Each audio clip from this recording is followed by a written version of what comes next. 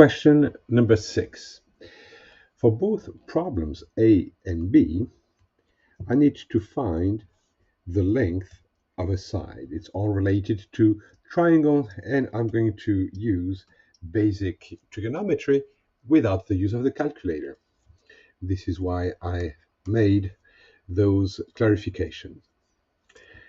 So, for this triangle, I've got, in fact, angles in radians, which is 60 degrees and 30 degrees. And here you may recognize those special right triangle 30, 60, 90. And here I've got 30, 60, 90. So I'm going to consider them separately. So let me consider the right triangle on the left. And I'm going to call that side A. Because it is a 30, 60, 90 right triangle, that means that it's half an equilateral. So this would be 2A, and this would be A square root of 3. Now, because A square root of 3 is 82, that means that A would be equal to 82 divided by square root of 3. And I am going to do the same reasoning with this right, with this right triangle on the right. So I'm going to call that B. So that's the height, which means that this would be B over the square root of 3. Now, if I set this up, B over square root of 3 equals 82, that means that B equals 82 times the square root of 3.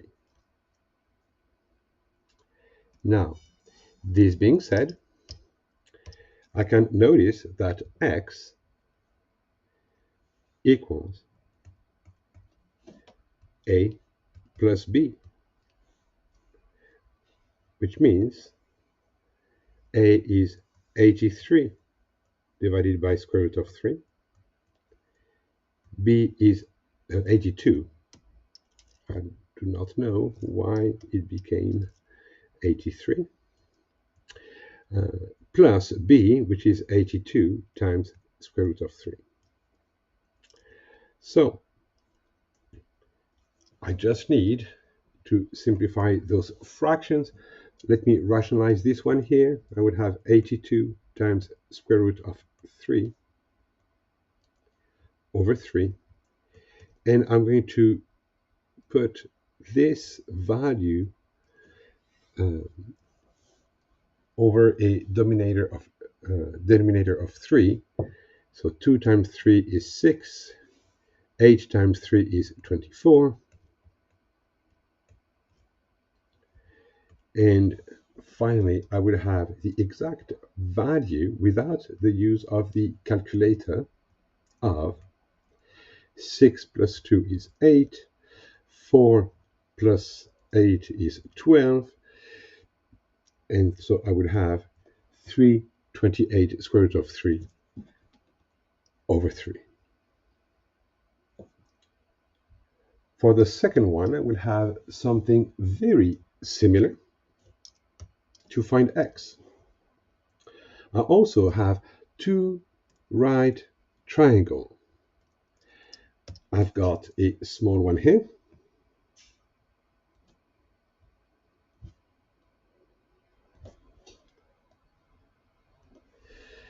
and I'm going to call that side A, and I've got the bigger one,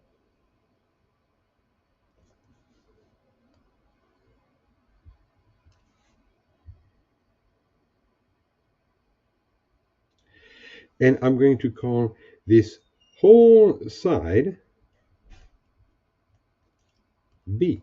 In that case, x would be equal to B minus A. So I'm just going to use the trigonometric ratios.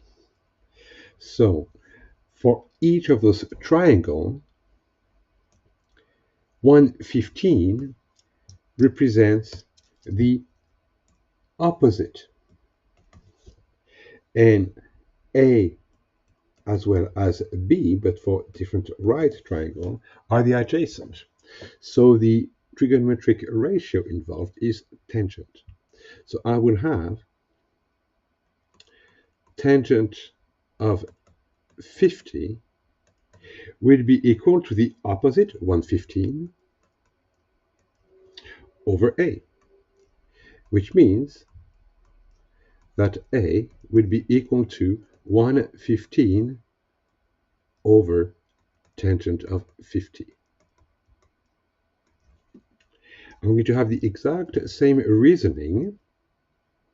The tangent of 35 would be the opposite, which is still 115, divided by the adjacent this time is B, which means that B will be equal to 115 over tangent of 35.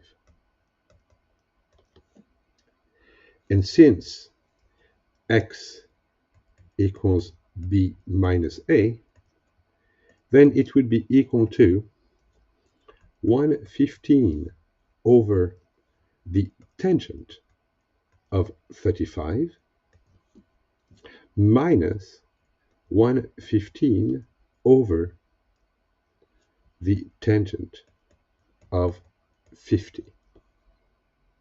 I cannot go any further since I do not have the calculator, and that's it.